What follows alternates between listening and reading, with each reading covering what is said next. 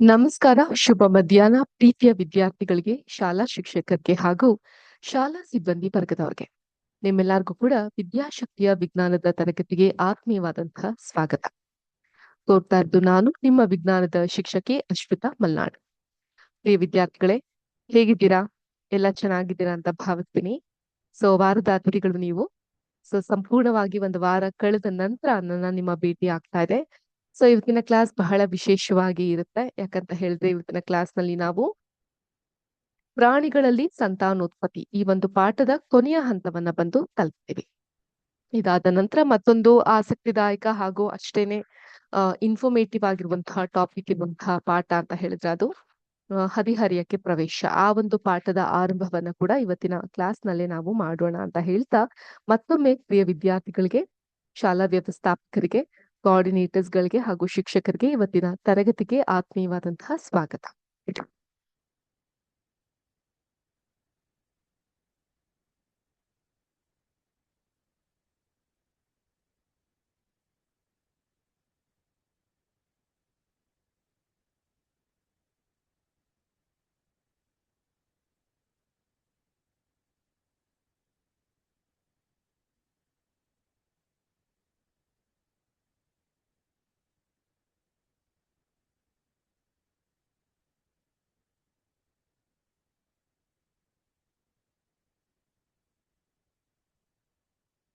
ಪ್ರಾಣಿಗಳಲ್ಲಿ ಸಂತಾನೋತ್ಪತ್ತಿ.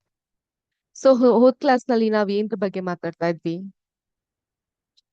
ಜರಾಯುಜ, ಅಂಡಜ ಈ ಪ್ರಾಣಿಗಳ ಬಗ್ಗೆ ಮಾತಾಡ್ತಾ ಇದೀವಿ ಅಲ್ವಾ? ಜರಾಯುಜ ಅಂತ ಹೇಳಿದ್ರೆ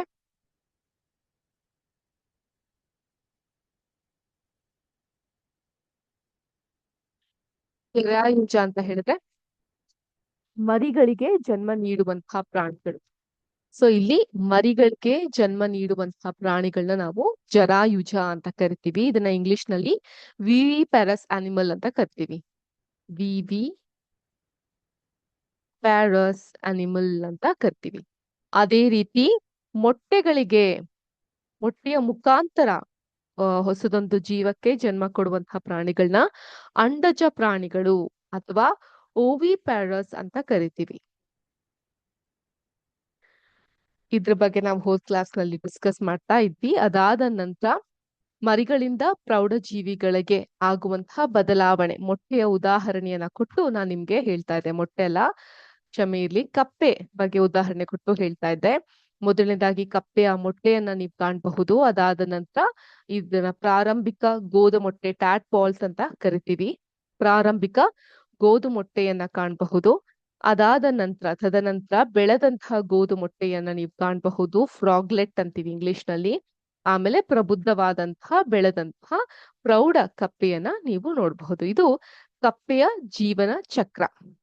ಮೊಟ್ಟೆಯಿಂದ ಲಾರ್ವದಿಂದ ಪ್ಯೂಪ ಹಾಗೂ ನಂತರ ಕೀಟ. ಇದು ಒಂದು ಕೀಟದ ಜೀವ ಚಕ್ರ ಅಲ್ವಾ? ರೇಷ್ಮೆ ಹುಳುವಿನ ಜೀವ ಚಕ್ರ ಹೇಗಿರುತ್ತೆ? ಫಸ್ಟ್ ಮೊಟ್ಟೆಯಿಂದ ಲಾರ್ವಾ ಅಥವಾ ಕಂಬಳಿ ಹುಳು ಆಗುತ್ತೆ. ಅದಾದ ನಂತರ ಪ್ಯೂಪ ಇಂದ ಪ್ರೌಢ ಕೀಟ. ಅದೇ ತರ ಚಿಟ್ಟೆ ಮೊದಲು ಮೊಟ್ಟೆಯಲ್ಲಿರುತ್ತೆ. ಅದಾದ ನಂತರ ಲಾರ್ವಾ ಅಥವಾ ಒಂದು ಹುಳುವಿನ ರೂಪದಲ್ಲಿ ಇರುತ್ತೆ. ಅದಾದ ನಂತರ ರೆಕ್ಕೆ ಬಲಿತ ಆದ್ಮೇಲೆ ಒಂದು ಪ್ರೌಢ ಚಿಟ್ಟೆಯಾಗಿ ಬೆಳೆಯುತ್ತೆ. ಇದು ಒಂದು ಹಂತ. ನಾವು 3 ನಿರ್ದಿಷ್ಟ ಹಂತಗಳನ್ನ ಇಲ್ಲಿ ಗಮನಿಸಬಹುದು. ಮೊಟ್ಟೆ, ಗೋದ ಮೊಟ್ಟೆ, ಪ್ರೌಢ ಕಪ್ಪೆ. ಪ್ರೌಢ ಕಪ್ಪೆಗಿಂತ ಗೋದ ಮೊಟ್ಟೆಗಳು ವಿಭಿನ್ನವಾಗಿ ಕಾಣುತ್ತೆ. ಈಗ ಮನುಷ್ಯರಲ್ಲೂ ಕೂಡ ಆಗ್ತಾನೆ ಹುಟ್ಟಿದಂತಹ ಮಗು ಸ್ವಲ್ಪ ವಿಭಿನ್ನವಾಗಿ ಕಾಣುತ್ತೆ. ಬೆಳಿತಾ ನಮ್ಗೆ ತಂದೆ ತರನೋ, ತಾಯಿ ತರನೋ, ಅಜ್ಜಿ ತರನೋ ಅಂತ ಅನ್ಸ್ಲಿಕ್ಕೆ ಶುರು ಆಗುತ್ತೆ. ಇಲ್ಲಿ ಏನಾಗುತ್ತೆ, ಕಪ್ಪೆಗಳಲ್ಲೂ ಸಹ ಈ ಗೋದ ಮೊಟ್ಟೆಗಳು ಕೆಲವು ದಿನಗಳ ನಂತರ ಪ್ರೌಢ ಕಪ್ಪೆಗಳಾಗಬಹುದು. ಗೋದ ಮೊಟ್ಟೆಗಳು ಕುಪ್ಪಳಿಸುವ ಮತ್ತು ಈಜುವ ಪ್ರೌಢ ಕಪ್ಪೆಗಳಾಗಿ ರೂಪಾಂತರಗೊಳ್ಳುತ್ತಲ್ಲ, ಇದನ್ನ ತೀವ್ರವಾದಂತಹ ಬದಲಾವಣೆ, ಅದು ಪ್ರೌಢಾವಸ್ಥೆ ತಲುಪೋದು ಲಾರ್ವಗಳ ರೂಪಾಂತರಗಳಿಂದ. ಇಂಥ ರೂಪ ಪರಿವರ್ತನೆಗೆ ನಾವು ಮೆಟಮಾರ್ಫೋಸಿಸ್ ಅಂತ ಕರಿತೀವಿ. ನಾನು ಬರಿತೀನಿ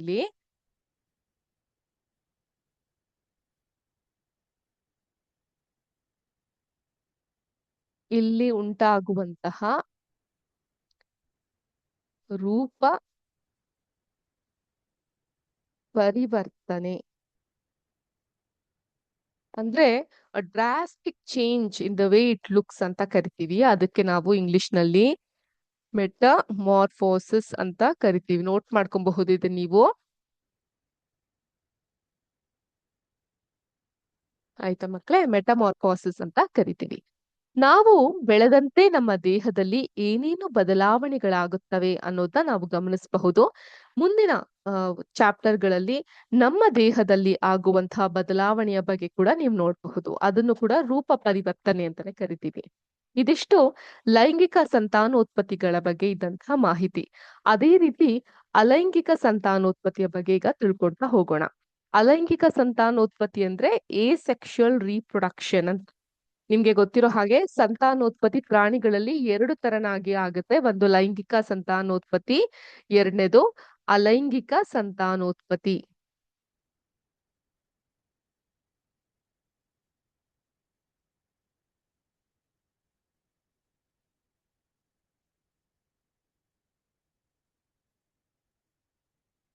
ಅಲೈಂಗಿಕ ಸಂತಾನೋತ್ಪತ್ತಿ ಅಥವಾ ಸೆಕ್ಷುಯಲ್ ರೀಪ್ರೊಡಕ್ಷನ್.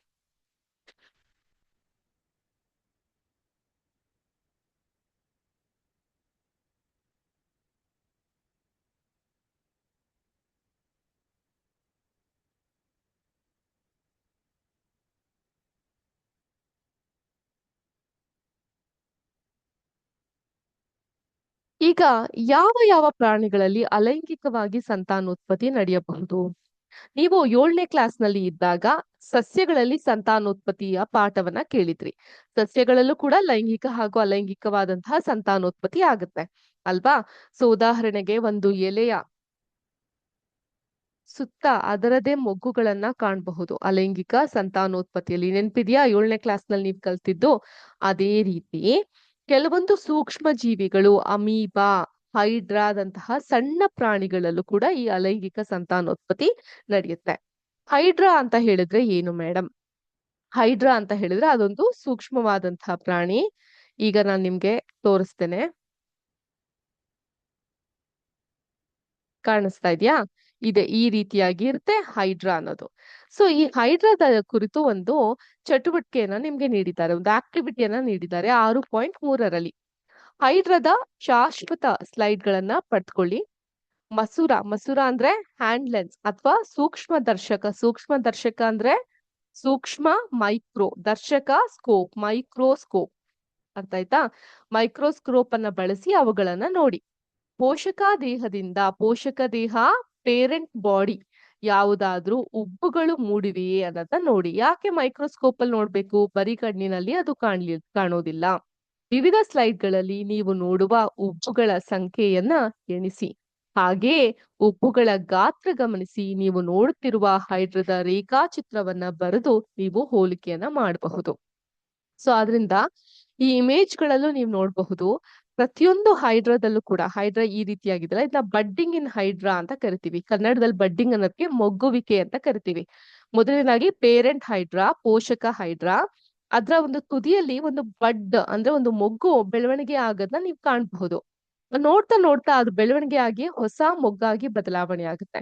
ಆ ಹೊಸ ಮೊಗ್ಗೆ ನ್ಯೂ ಹೈಡ್ರಾ ಅಥವಾ ಹೊಸ ಹೈಡ್ರಾವಾಗಿ ನಮ್ಗೆ ಕಾಣ್ಲಿಕ್ಕೆ ಸಿಗುತ್ತೆ. ಪ್ರತಿ ಹೈಡ್ರಾದಲ್ಲೂ ಕೂಡ ಒಂದು ಅಥವಾ ಹೆಚ್ಚು ಉಬ್ಬುಗಳನ್ನ ಇರುತ್ತೆ, ನೋಡಬಹುದು. ಈ ಉಬ್ಬುಗಳು ಬೆಳೆಯುತ್ತಿರುವ ಹೊಸ ಹೈಡ್ರಾಗಳು. ಇವುಗಳನ್ನ ಮೊಗ್ಗುಗಳು, ಚಿಕ್ಕ ಮೊಗ್ಗುಗಳು, ಹೂವಿನ ಮೊಗ್ಗುಗಳು. ಈಗ ಗುಲಾಬಿ ಹೂವಿನಲ್ಲಿ ಅದರದೇ ಆದಂತಹ ಪದರವನ್ನ ನೀವು ಗಮನಿಸ್ತಾ ಹೋಗಬಹುದು ಅಲ್ವಾ?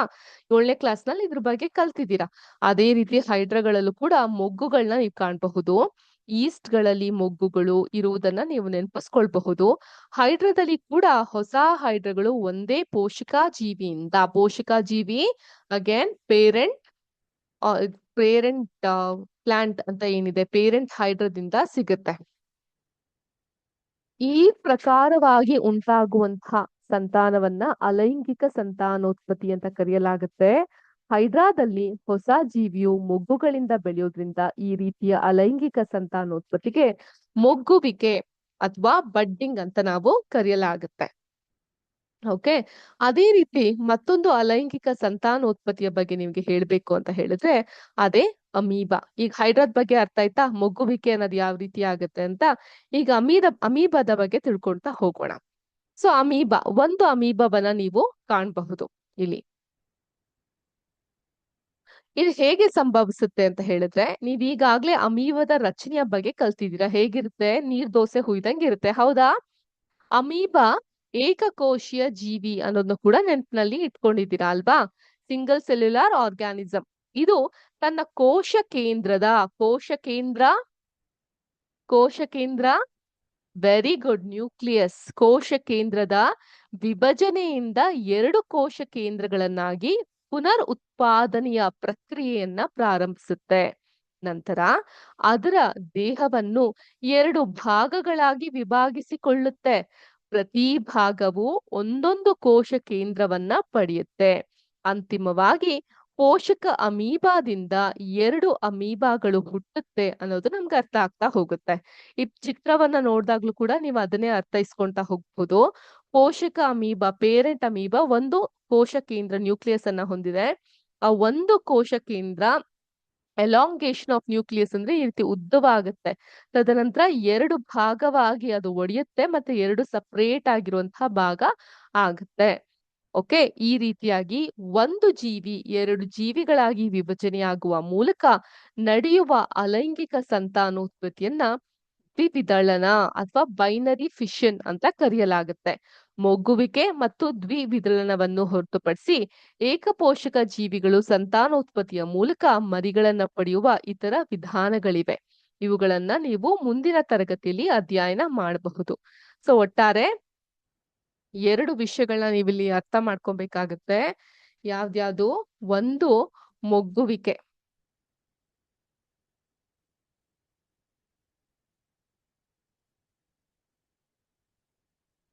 ಮೊಗ್ಗುವಿಕೆ ಅಂದ್ರೆ ಬಡ್ಡಿಂಗ್, ಹೈಡ್ರಾದಲ್ಲಿ ಆಗೋದು. ಎರಡನೇದು ದ್ವಿವಿದಳನ.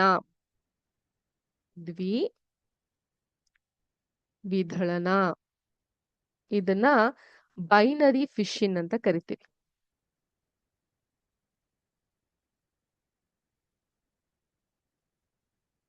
ಮೊಗ್ಗುವಿಕೆನ ಬಡ್ಡಿಂಗ್ ಅಂತ ಕರಿತೀವಿ.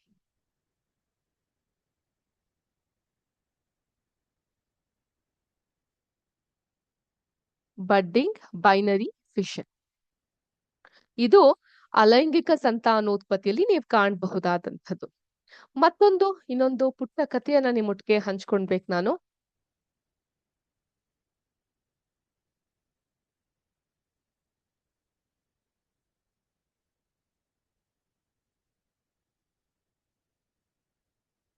ಇಲ್ಲಿ ಎರಡು ಕುರಿಮರಿಗಳನ್ನ ಕಾಣಬಹುದು ಅಥವಾ ಕುರಿಗಳನ್ನ ಕಾಣಬಹುದು. ನೀವು ಕಾಣ್ತಾ ಇದ್ಯಾ? ಮುದ್ದಾಗಿದ್ಯಾ ಕುರಿಗಳು?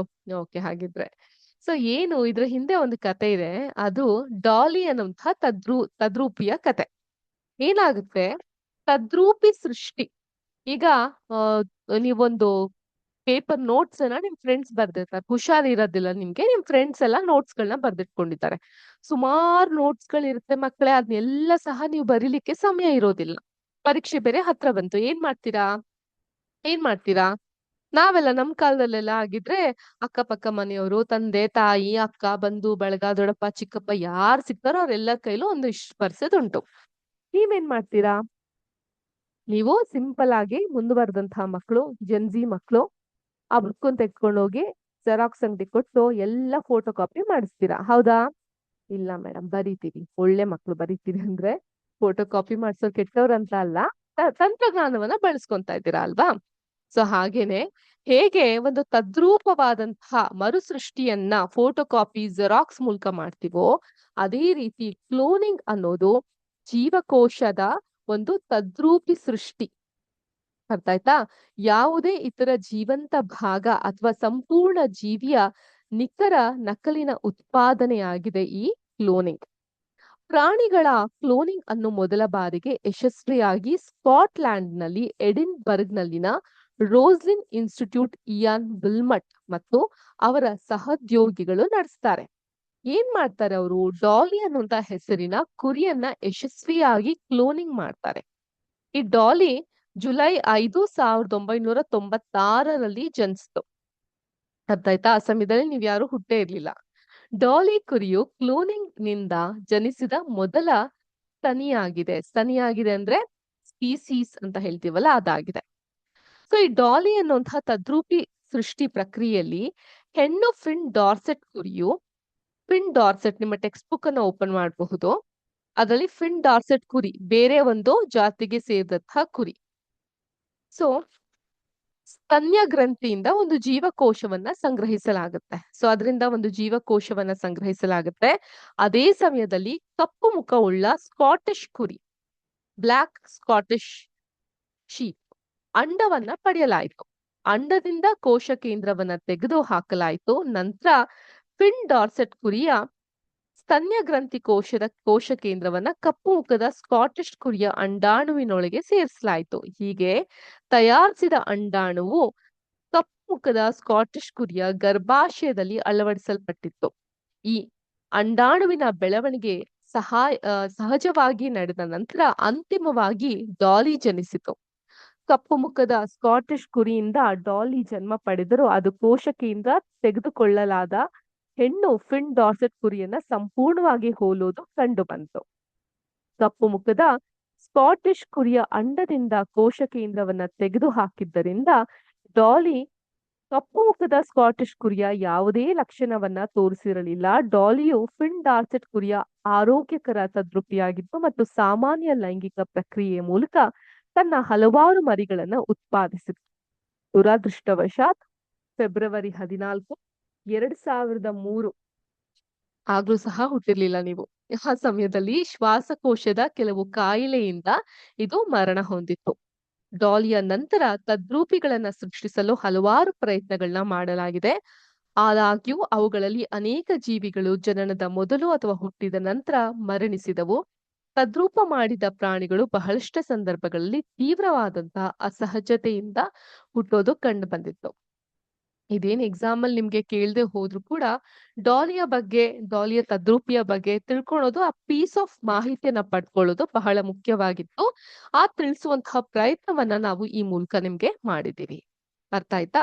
ಸೊ ಆದ್ರಿಂದ ಕೆಲವ್ರು ಹೇಳ್ತಾರೆ, ಕೆಲವೊಂದಿಷ್ಟು ಜನ ವಾದ ಮಾಡ್ತಾರೆ, ನಾವು ಪರಿಸರದ ವಿರುದ್ಧ ಹೋಗ್ಬಾರ್ದು.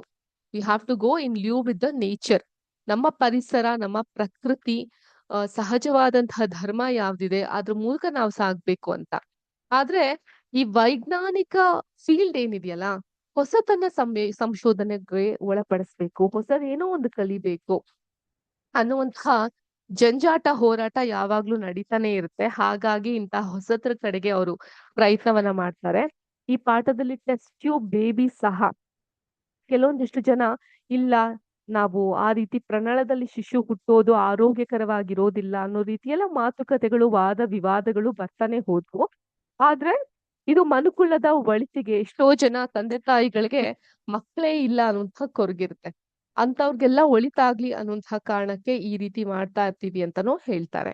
ಸೊ ಎಲ್ಲ ವಾದ ವಿವಾದಗಳನ್ನ ಆಲಿಸೋದು ಅಷ್ಟೇ ಸದ್ಯಕ್ಕೆ ನಮ್ಗಿರೋ ಕೆಲ್ಸ ಅಂತ ಹೇಳ್ತಾ, ಇದಾಗಿತ್ತು ಇವತ್ತಿನ ಪಾಠ.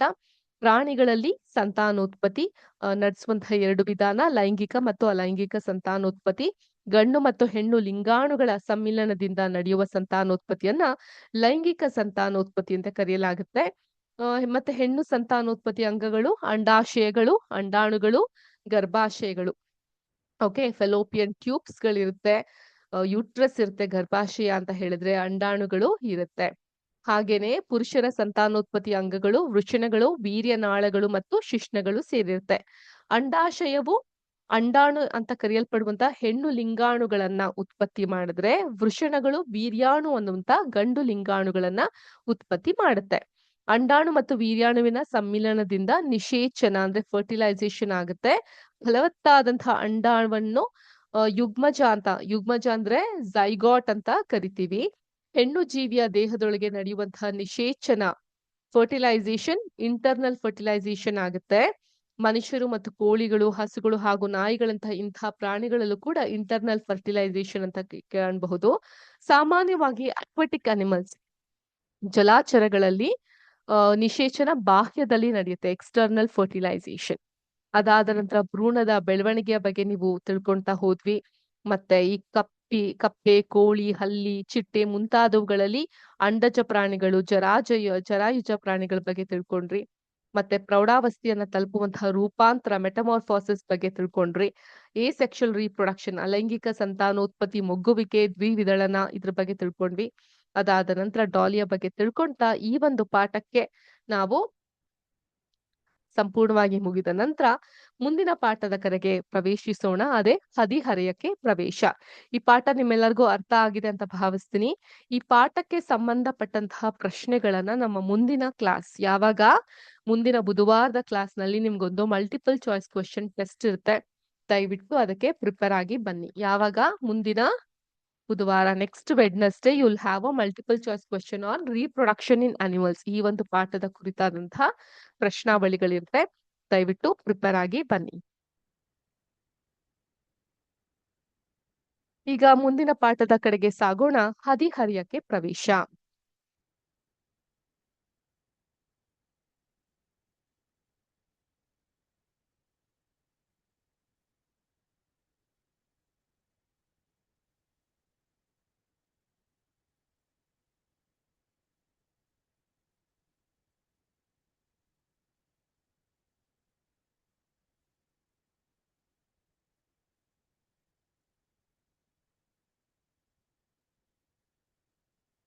ಹದಿಹರೆಯಕ್ಕೆ ಪ್ರವೇಶ.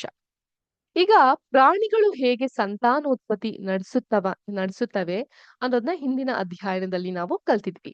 ಮಾನವರು ಮತ್ತು ಅನೇಕ ಇತರ ಪ್ರಾಣಿಗಳು ಸಂತಾನೋತ್ಪತ್ತಿ ಮಾಡುವುದು ನಿರ್ದಿಷ್ಟ ವಯಸ್ಸಿಗೆ ಬೆಳೆದ ನಂತರ ಮಾತ್ರ. After reaching a certain age only reproduction start ಆಗುತ್ತೆ. ಮಾನವರ ನಿರ್ದಿಷ್ಟ ವಯಸ್ಸಿನ ನಂತರವಷ್ಟೇ ಯಾಕೆ ಸಂತಾನೋತ್ಪತ್ತಿ ಮಾಡಕ್ಕಾಗುತ್ತೆ? ಈಗ ಮಾನವನ ದೇಹದಲ್ಲಿ ನಡೆಯುವ ಯಾವ ಬದಲಾವಣೆಗಳು ನಂತರ ಒಬ್ಬ ವ್ಯಕ್ತಿ ಸಂತಾನೋತ್ಪತ್ತಿ ನಡೆಸಲು ಸಾಮರ್ಥ್ಯವನ್ನ ಹೊಂದುತ್ತಾನೆ? ಸೊ ಇದನ್ನ ನಾವು ಇವತ್ತಿನ ಕ್ಲಾಸ್ ನಲ್ಲಿ ತಿಳ್ಕೊಂತ ಹೋಗೋಣ. ಅದೇ ಹದಿಹರೆಯಕ್ಕೆ ಪ್ರವೇಶ. ತಾರುಣ್ಯ ಮತ್ತು ಪ್ರೌಢಾವಸ್ಥೆಯ ಬಗ್ಗೆ ತಿಳ್ಕೊಂತ ಹೋಗೋಣ.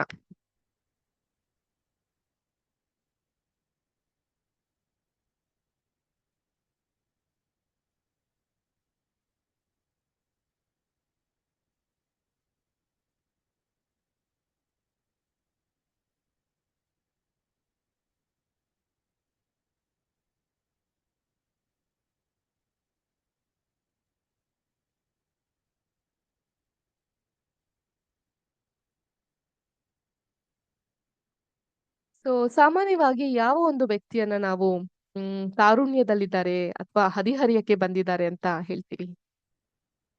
ನಮ್ಮ ಕನ್ನಡ ಸಾಹಿತ್ಯದಲ್ಲಿ ಕೆ.ಎಸ್. ನರಸಿಂಹಸ್ವಾಮಿ ಅಂತ ಒಬ್ರು ಪ್ರಖ್ಯಾತಿಯಾದಂತಹ ಕವಿಗಳಿದ್ದಾರೆ, ಗೊತ್ತಾ? ಅವ್ರು ಬರ್ದಿರುವಂತಹ ಯಾವ್ದಾದ್ರು ಕವನ ನಿಮ್ಗೆ ಗೊತ್ತಿದ್ಯಾ? ಹೇಳ್ತೀರಾ? ನಮ್ಗೆ ಗೊತ್ತಿರುತ್ತೆ ಮ್ಯಾಮ್, ಹೌದಲ್ಲ? So ಗೊತ್ತಿರಬಹುದಲ್ಲ, KS. ನರಸಿಂಹಸ್ವಾಮಿ ಅವ್ರು ಬರ್ದಿರುವಂತದ್ದು ಬಹಳ ಫೇಮಸ್ ಆಗಿರುವಂತಹ ಕವನ. ಅದನ್ನ ಸಿನಿಮಾಗೂ ಕೂಡ ಮಾಡಿದ್ದಾರೆ. Very good.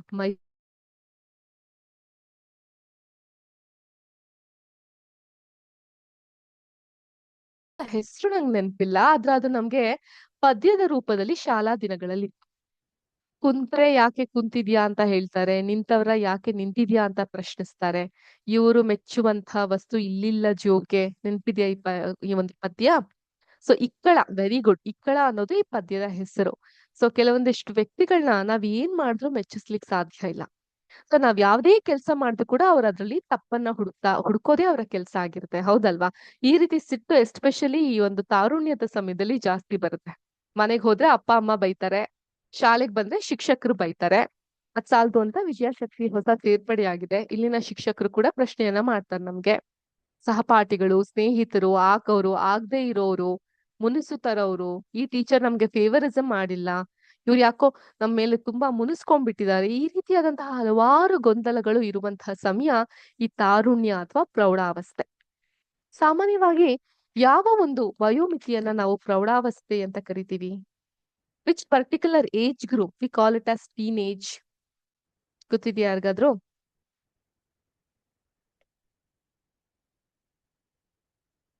Take a guess, ಹೇಳಿ ನೋಡೋಣ. ಸಾಮಾನ್ಯವಾಗಿ ಯಾವ ಒಂದು ವಯಸ್ಸನ್ನ ನಾವು ಈ ತಾರುಣ್ಯ ವಯಸ್ಸು ಅಂತ ಕರಿತೀವಿ? ಟೀನೇಜ್. ಎಲ್ಲರೂ 13 ರಿಂದ 19 ಅಂತ ಹೇಳೋರ್ ಸಂಖ್ಯೆ ಹೆಚ್ಚು. ಯಾಕಂದ್ರೆ 13 14, 15, ಟೀನ್ ಎಲ್ಲಾ ಕಡೆ ಟೀನ್ ಬರುತ್ತಲ್ಲ. ಸೊ ಆದ್ರಿಂದ ಟೀನೇಜ್ ಅಂತ. ಆದ್ರೆ ಇದು ತಪ್ಪು. ಸಾಮಾನ್ಯವಾಗಿ ನಮ್ಮ ದೇಹದಲ್ಲಿ ಬದಲಾವಣೆ ಅನ್ನೋದು ಶುರುವಾಗೋದು ನಾವು ಹದಿಹರಿಯಕ್ಕೆ ಪ್ರವೇಶಿಸಿದ್ದೀವಿ ಅಂತ ಹೇಳೋದು 11ರಿಂದ 19ನೇ ವಯಸ್ಸಿನವ್ರಿಗೆ. From the age group from 11 to 19 ನಾವು ಒಂದು ಟೀನೇಜ್ ಬಂದಿದ್ದೀವಿ, ತಾರುಣ್ಯದ ಹಂತವನ್ನ ತಲುಪಿದೀವಿ ಅಂತ ಕರ್ಸ್ಕೊಳ್ಳುತ್ತೆ. ಇದ್ದಕ್ಕಿದ್ದಂತೆ ನಿಮ್ಮ ಫ್ರೆಂಡ್ಸ್ ನೀವು ಈ ಸಲ ಶಾಲೆ ಆರಂಭವಾದ ಹೊತ್ನಲ್ಲಿ ಅವರ ಧ್ವನಿ ಬದಲಾಗಿರೋದು, ಏಕ್ದಮ್ ಉದ್ದ ಬೆಳೆದಿರ್ತಾರೆ, ಕುಳ್ಳಕ್ಕಿರ್ತಾರೆ, ಒಂದೇ ಸಲ ಉದ್ದಕ್ ಬೆಳೆದ್ಬಿಟ್ಟಿರ್ತಾರೆ. ಸೊ ಇವಾಗಿನ್ನ ನೀವಿನ್ನು ಚಿಕ್ಕ ಮಕ್ಕಳಲ್ಲ, ದೊಡ್ಡವರು ಹೈಸ್ಕೂಲ್ ಬಂದಿದ್ದೀರಂತ ಶಿಕ್ಷಕರು ಗದರ್ತಾ ಇರ್ತಾರೆ. ಸೊ ಈ ಬೆಳವಣಿಗೆಯ ಬಗ್ಗೆ, ದೇಹದಲ್ಲಿ ಆಗುವಂತಹ ಬದಲಾವಣೆಯ ಬಗ್ಗೆ ನಿಮ್ಗೆ ತಿಳಿಸುವಕ್ಕೆ ಇರುವಂತಹ ಪಾಠವೇ ಹದಿಹರಿಯಕ್ಕೆ ಪ್ರವೇಶ. ಬೆಳವಣಿಗೆ ಅನ್ನೋದು ನೈಸರ್ಗಿಕವಾದಂತಹ ಪ್ರಕ್ರಿಯೆ. ಯಾವುದೋ ಒಂದು ಪುಡಿ ಕುಡಿದ ತಕ್ಷಣ ನೀವು ಬೆಳೆದು ಬಿಡ್ತೀರಾ, ಉದ್ದ ಆಗ್ಬಿಡ್ತೀರಾ, ಅಥವಾ ಇಂಥದ್ನ ತಿಂದ ತಕ್ಷಣ ನೀವು ಸಂಪೂರ್ಣವಾಗಿ ನಿಮ್ಮ ಧ್ವನಿ ಬದಲಾಗುತ್ತೆ. ಇದೆಲ್ಲ ತಪ್ಪು ಕಲ್ಪನೆಗಳು. ಕಾರಣ ಆಗ್ಬಹುದು, that can be one of the reason. But ಅದೇ ಪುಡಿ ಕುಡಿದ ತಕ್ಷಣ ದೊಡ್ಡವರಾಗ್ಬಿಡ್ತೀರಾ, ಉದ್ದ ಆಗ್ಬಿಡ್ತೀರಾ ಅನ್ನೋದು ತಪ್ಪು. ಈ ಬೆಳವಣಿಗೆ ಒಂದು ನ್ಯಾಚುರಲ್ ಪ್ರೋಸೆಸ್, ನೈಸರ್ಗಿಕವಾದಂತಹ ಪ್ರಕ್ರಿಯೆ. ದೇಹವು ಬದಲಾವಣೆಗೆ ಒಳಗಾಗುವ ಸಂತಾನೋತ್ಪತ್ತಿಯ ಪರಿಪಕ್ವಕ್ಕೆ ಕಾರಣವಾಗುವಂತಹ ಈ ಜೀವನವನ್ನ ನಾವು ತಾರುಣ್ಯಾವಸ್ಥೆ ಅಥವಾ ಅಡಲಸೆನ್ಸ್ ಅಂತ ಕರಿತೀವಿ. ಈ ತಾರುಣ್ಯಾವಸ್ಥೆ 11ನೇ ವಯಸ್ಸಿನ ಆಸುಪಾಸಿನಲ್ಲಿ ಪ್ರಾರಂಭವಾಗುತ್ತೆ ಮತ್ತು 18 ಅಥವಾ 19 ವರ್ಷದ ವಯಸ್ಸಿನವರೆಗೂ ಅದು ಮುಂದುವರಿಯುತ್ತೆ. ಈ ವಯಸ್ಸಿನವರನ್ನ ಸಾಮಾನ್ಯವಾಗಿ 13ರಿಂದ 18 ಅಥವಾ 19 ವಯಸ್ಸು ಉಳ್ಳವ್ರನ್ನ ನಾವು ಹದಿಹರಿಯದವರು ಅಥವಾ ಟೀನೇಜರ್ಸ್ ಅಥವಾ ಅಡಲಸೆನ್ಸ್ ಅಂತ ಕರಿತೀವಿ. ಹುಡುಗಿಯರಲ್ಲಿ ಹದಿಹರಿಯವು ಹುಡುಗರಿಗಿಂತ 1 ಅಥವಾ 2 ವರ್ಷ ಮೊದಲೇ ಪ್ರಾರಂಭ ಆಗುತ್ತೆ. ಹದಿಹರಿಯದ ಅವಧಿಯು ವ್ಯಕ್ತಿಯಿಂದ ವ್ಯಕ್ತಿಗೆ ಬದಲಾಗ್ತಾ ಹೋಗುತ್ತೆ. ಸೊ ಎಲ್ಲರಿಗೂ ಒಂದೇ ರೀತಿಯಾದಂತಹ ಬೆಳವಣಿಗೆ ಆಗುತ್ತೆ ಅನ್ನುವಂಥದ್ದೆಲ್ಲ ಸುಳ್ಳು. ಹಾಗೇನೆ ಈ ಹದಿಹರಿಯದ ಸಮಯದಲ್ಲಿ ನಮ್ಮ ದೇಹ ಹಾಗೂ ಮನಸ್ಸು ಇವೆರಡರಲ್ಲೂ ಕೂಡ ಸಾಕಷ್ಟು ಬದಲಾವಣೆಗಳನ್ನ ನಾವು ಕಾಣ್ತಾ ಹೋಗಬಹುದು. ಇವತ್ತಿನ ಈ ಒಂದು ವಿಷಯದಲ್ಲಿ ನಾವು ತುಂಬಾ ಮೆಚ್ಯೂರ್ಡ್ ಆಗಿರುವಂತಹ ಟರ್ಮ್ಸ್ ನಲ್ಲಿ ಅಥವಾ ಮೆಚ್ಯೂರ್ಡ್ ಆಗಿರುವಂತಹ ವ್ಯವಸ್ಥೆಯಲ್ಲಿ ನಾವು ಈ ಬದಲಾವಣೆಗಳ ಬಗ್ಗೆ ನಿಮ್ಗೆ ತಿಳಿ ಹೇಳುವಂತಹ ಪ್ರಯತ್ನವನ್ನ ಮಾಡ್ತೀನಿ. ಆದ್ರಿಂದ ಯಾವುದೇ ಮುಜುಗರ ಇಲ್ಲದೆ ಕಲಿಕೆಯ ಜ್ಞಾನದಿಂದ ದೃಷ್ಟಿಯಿಂದ ಈ ಪಾಠವನ್ನ ತಾವೆಲ್ಲರೂ ಕಲಿಬೇಕಾಗುತ್ತೆ. ಈ ಬದಲಾವಣೆಯನ್ನ ನಾವು ಪ್ರೌಢಾವಸ್ಥೆ ಅಂತ ಸಹ ಕರಿತೀವಿ. ಪ್ರೌಢಾವಸ್ಥೆಯ ಆರಂಭ ಅಂತಾನೂ ಕರಿತೀವಿ, ಮೆಚ್ಯೂರಿಟಿ ಅಂತೀವಲ್ಲ. ಸೊ ಈ ಪ್ರೌಢಾವಸ್ಥೆ ಸೂಚಿಸುವಂತಹ ಪ್ರಮುಖ ಬದಲಾವಣೆ ಅಂತ ಹೇಳಿದ್ರೆ ಹುಡುಗರು ಮತ್ತು ಹುಡುಗಿಯರು ಸಂತಾನೋತ್ಪತ್ತಿಗೆ ಅರ್ಹರಾಗೋದು. ಸೊ ತರುಣರು ಸಂತಾನೋತ್ಪತ್ತಿಯ ಪಕ್ವತೆ ತಲುಪಿದಾಗ ಪ್ರೌಢಾವಸ್ಥೆ ಕೊನೆಗೊಳ್ಳುತ್ತೆ. ಸೊ ಹಠತ್ತಾಗಿ ಯಾರಾದ್ರೂ ಉದ್ದ ಬೆಳೆದ್ರೆ ಅದಕ್ಕೆಲ್ಲ ಕಾರಣ ಈ ಪ್ರೌಢಾವಸ್ಥೆ. ಸೊ ಮೊದಲನೇದಾಗಿ ಎತ್ತರದಲ್ಲಿ ಹೆಚ್ಚಳ, ಹೈಟ್ ಇನ್ಕ್ರೀಸ್ ಆಗುತ್ತೆ. ಅದೇ ರೀತಿ ಧ್ವನಿ ಅನ್ನೋದು ಬದಲಾಗ್ತಾ ಹೋಗುತ್ತೆ. ಕೆಲವ್ರಿಗೆ ಗಂಟಲಿನ ಕೆಳಗೆ ಒಂದು ರೀತಿಯಾದಂತಹ ಆಕಾರ ಇರುತ್ತೆ, ಅದನ್ನ ನಾವು ಆಡಮ್ಸ್ ಆಪಲ್ ಅಂತ ಕರಿತೀವಿ. ಸೊ ಅದು ಹೇಗಿರುತ್ತೆ ನಾನು ನಿಮ್ಗೆ ಇಲ್ಲಿ ತೋರಿಸ್ತೀನಿ ನೋಡಿ.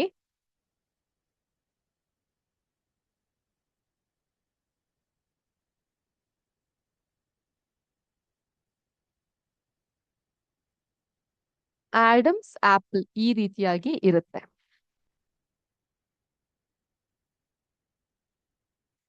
ಈ ಭಾಗವನ್ನ, ಕುತ್ತಿಗೆಯ ಈ ಭಾಗವನ್ನ ಟ್ರಾಕಿಯಾ ಅಂತೀವಿ. ಟ್ರಾಕಿಯಾ, ಇದನ್ನ ರಿಕಾಯ್ಡ್ ಕಾರ್ಟಿಲೇಜ್ ಅಂತೀವಿ, ಇದನ್ನ ಥೈರಾಯ್ಡ್ ಕಾರ್ಟಿಲೇಜ್ ಅಂತ ಹೇಳ್ತೀವಿ. ಇಲ್ಲಿ ಆಡಮ್ಸ್ ಆಪಲ್ ಅನ್ನ ಕಾಣಬಹುದು ನೋಡಿ. ಈ ರೀತಿಯಾದಂತಹ ಗಂಟಲಿನಲ್ಲಿ ಒಂದು ಉಬ್ಬುವಿಕೆಯನ್ನ ಕಾಣಬಹುದು. ತಿಳಿತಾ ಮಕ್ಕಳೇ? ಇನ್ನೊಮ್ಮೆ ಹೇಳ್ತೀನಿ, ಮುಂದಿನ ಕ್ಲಾಸ್ ನಲ್ಲೂ ಕೂಡ ಈ ಪುಟಗಳನ್ನ ತೋರಿಸಿ ನಾನು ಎಕ್ಸ್ಪ್ಲೇನ್ ಮಾಡ್ತೀನಿ. ಎಷ್ಟೋ ಜನರಿಗೆ ಅನುಮಾನ ಇರುತ್ತೆ, ಪ್ರೌಢಾವಸ್ಥೆ 13ರಿಂದ 19ನೇ ವಯಸ್ಸಿನಲ್ಲಿ ಅದು ಸ್ವಲ್ಪ ಬೇಗನೆ ಅದರ ಒಂದು ಬೆಳವಣಿಗೆ ಅನ್ನೋದು 11ನೇ ವಯಸ್ಸಿನಿಂದಾನೇ ಶುರುವಾಗುತ್ತೆ. ಆದ್ರಿಂದ ಹದಿಹರಿಯಕ್ಕೆ ನಾವು ಪ್ರವೇಶ ಪಡೆಯೋದು 11 ವರ್ಷದ ಆಸುಪಾಸರಿಂದ 19 ವರ್ಷದವರೆಗೆ.